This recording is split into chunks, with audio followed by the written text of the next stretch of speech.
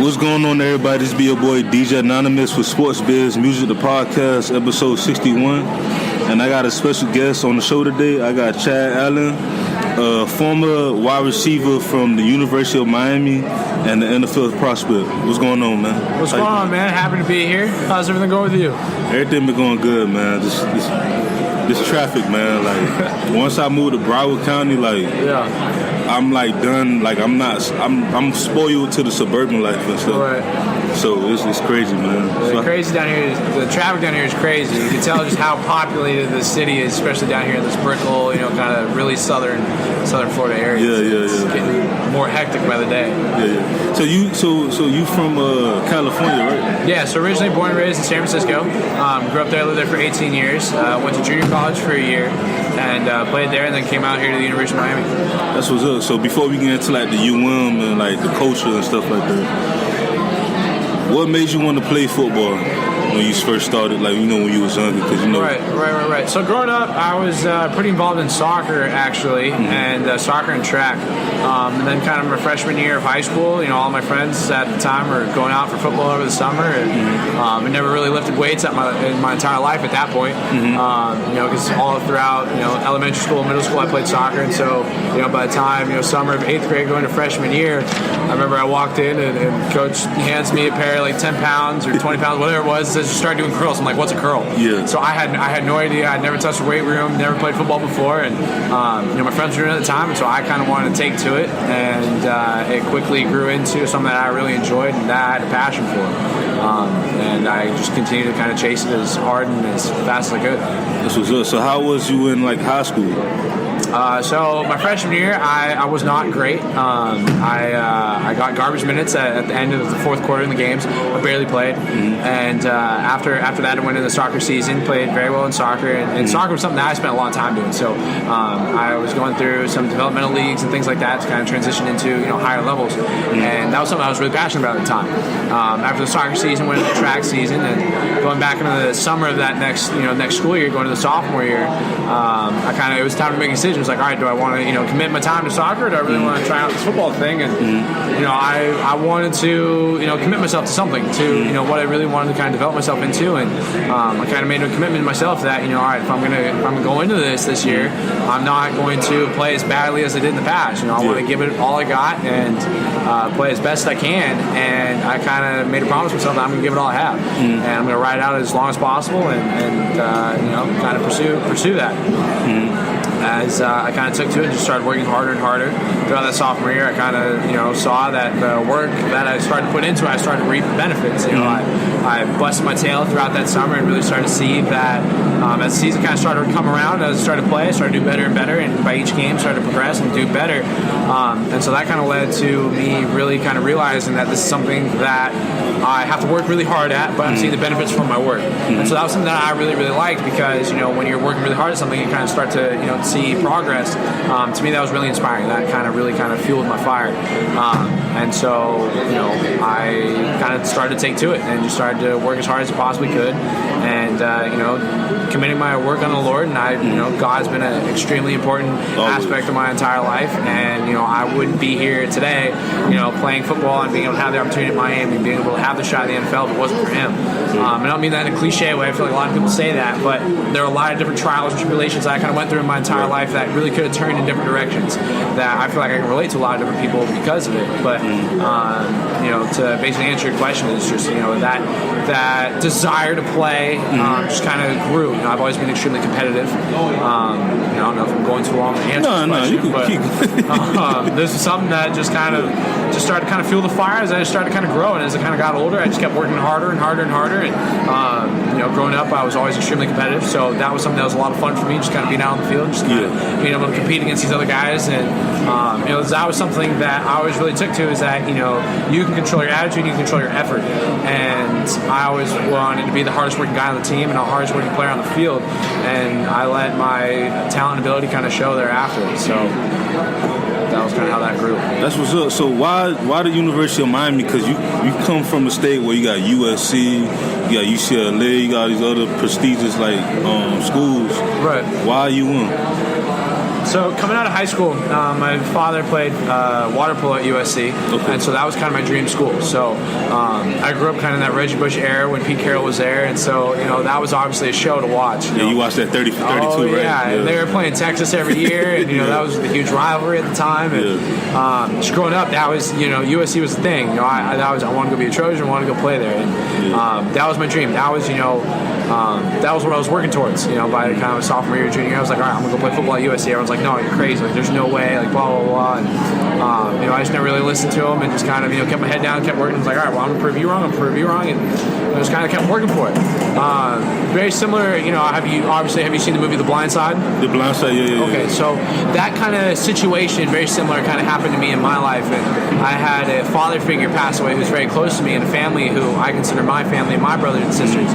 And at the time, I decided to stay back, and I wanted to be there for them and be around and be involved and take care of my family. And so I stayed back after my senior year and did a year at junior college. I knew at the time I had the talent and ability to go play Division I football, so I gray shirted to save the eligibility and stay back with the family. And at the end of the year, I had the opportunity to go play for Sark, Coach Sarkeesian, at USC or go to USC. And at the time, so go to Sark at USC or go to Miami. And those were kind of the two that it came down to.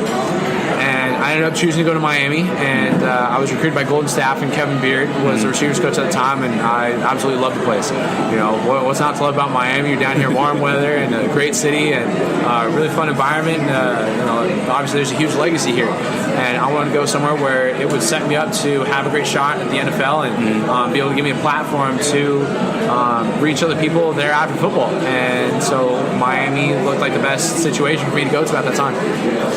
Now, Miami is like one of the prestigious universities in the whole world and stuff like that. So I never really been. I guess I did one time. I was on campus, but for you to step on campus and actually go there and be like a football player, what was that feeling to see all the escalades and stuff like that from different players that came from the University of Miami? Obviously there's a lot of amazing players that have all played at the University of Miami. That's something that's known for. Alabama, USC, a lot of these other big schools are known for their history and their players and in the past. And being able to go and play at a school at that level and where the guys have worked that hard for the 5 national championships and being able to accomplish all that they have in the past is it's an honor to be able to go and be able to say that I was a Miami Hurricane. I played football with the group of guys that are there now, and with the guys that are now have moved on in the past.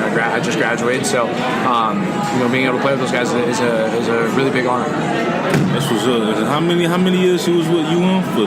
2 years, right? No, I was there for 4. 4 years? Yeah, so I was there for 4 years. Yeah. So what I'm trying to ask you, the rivalry games. So Miami versus Florida State, something like that. I think we've definitely built up a rivalry with Clemson by now. So those games are always crazy. It always sells out, and it's always insane. Those games are ridiculously packed all the time. It's I don't know. It's a once in a lifetime experience to be able to kind of play and be able to kind of have that feeling. There was a year that we played Notre Dame, and Notre Dame I think was ranked either 2nd or 3rd at the time. Yeah, maybe, yeah. And we completely destroyed them in that game. And we did, we handled everything that we did. We set out a game plan that we wanted to do, and we went out and we accomplished and achieved exactly what we wanted to. And that game was probably one of the loudest games I've ever been in, where just the stands were roaring, the fans were going crazy. Those rivalry games are huge.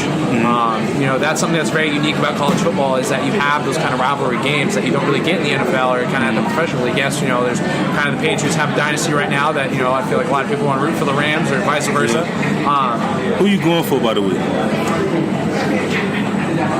Dude, honestly, I could go either way. Go either way. Yeah, that's tough to say. Tom Brady being from California, Julian Edelman being from California. You also have the LA Rams. That's tough. That's tough. I couldn't say. But I'd be happy either one. Would love to see Tom win another one, but it'd be really cool to see the Rams also. From their transition from St. Louis down in LA and the kind of turnaround that the coach has done down there is pretty immense. That's what's up. So, for any kids that's coming, that want to come to the University of Miami, what type of advice would you tell them? I would say that Miami is an amazing school. That you have a great opportunity for a college that is not, say, as big as University of Michigan or something that has 50,000 students. Miami is actually a relatively small school for their undergrad. So a lot of people don't realize that Miami is actually as small as it is. So that's something that's actually very cool. That Miami has small class sizes. They're very known for their athletic brand, their athletic kind of brand and their name, and the opportunity that you get thereafter for life after football. Being able to say that you went to school like the University of Miami, that holds a strong name and value. In the corporate world or wherever whatever you want to get into for life after whatever it is you want to get into. There's a lot of great degrees. There's a lot of great pre-med. They have a great music school. Business school is awesome. There's a lot of different opportunities that you can kind of pursue. Going to the University of Miami. And you're preparing for the NFL draft as well, right? That's my plan for what I'm working towards right now. Yes. What you been doing lately, to prepare for that? So right now I'm working out about twice a day. Obviously you have to keep your hands fresh and keep the skills. I play receiver, so making sure that your routes are crisp and just kind of fine tuning a lot of the things that you don't really get to spend as much time on working in the season when you're kind of doing the when you're in season, when you're you have practice and then you have class and things like that. This is the time where you really get to dial in and really kind of focus in on your strengths and your weaknesses and really kind of correct certain movements and be able to progress your body in the way that you want to perform at pro day and perform for your future. Obviously I'm taking training extremely serious and it's extremely rigorous as well. But just trying to get my body in the best shape as I possibly can and be able to perform as best as I possibly can. And what's your goals like? The NFL draft is like the biggest draft in like all the sports and stuff like that. And I know some like players that I went to high school with that win the draft. Like I see them like got drafted or went to got undrafted, but they doing good right now and stuff like that. So like, what are like your goals to like? Now, are you saying kind of my goals for how I want to perform on pro day? Kind of my goals for the upcoming year, or just kind of what do you like overall like pro day? So I would like to kind of what I'm aiming for with my coaches that I'm working with right now, that I'm training with right now, is we're aiming to try to hit a 4.4 at pro day, and I think that's very reasonable to hit a 4.4 at 40. I want to hit at least let's say 17, 18 reps on bench. Want to try to get my 5.10.5 down to a 4 flat. I think those are the most important things for me right now in those three drills. I think they're most essential for me as a receiver. Obviously, when I'm out there running routes, look crisp, look sharp, catch the football, can't drop any passes, and just look like I'm ready, healthy, and ready to go. I think it's probably the best way to kind of answer for what I'm trying to attack. And what receivers do you look up to right now? Like to try to copy their game. I think there's a lot of phenomenal athletes out there in the NFL now. I think we look at, say, Julian Edelman or Danny Amendola, Cole Beasley. I'd say those three are probably some of the big underdogs who have kind of Wes Welker, who really let's say Julian Edelman played quarterback in college and went to junior college in California, and went to Kent State and then got picked up by the Patriots. He played all time all around special teamer who just wanted it. That guy has heart, and that's something that I really kind of take to, is that nobody can judge your work ethic. That's something that you can put in, you can work for, and that's something that's really gotten me a long way. And I really admire those guys for kind of being the place and at the position that they are, and at that kind of slot receiver style. And their game is very similar to mine. So along those lines. That's what's up. So, speaking of receivers, who are your top 5 receivers of all time? All time. Wow. That's tough. All time. I think one of the most talented and most athletic right now playing, Julio Jones is up there. Julio Jones is extremely talented. That guy is a beast. Calvin Johnson obviously has done, and has had an amazing career. I think T.Y. Hilton is really doing something special. Yeah, T.Y. FIU. Oh yeah, T.Y. Hilton is he's done some really crazy things. Travis Benjamin. I think he's done really well. Obviously, you have Jerry Rice, Chad Ochocinco, Terrell Owens. There's a long list of Hall of Famers. Yeah, I really like kind of Chad Ochocinco's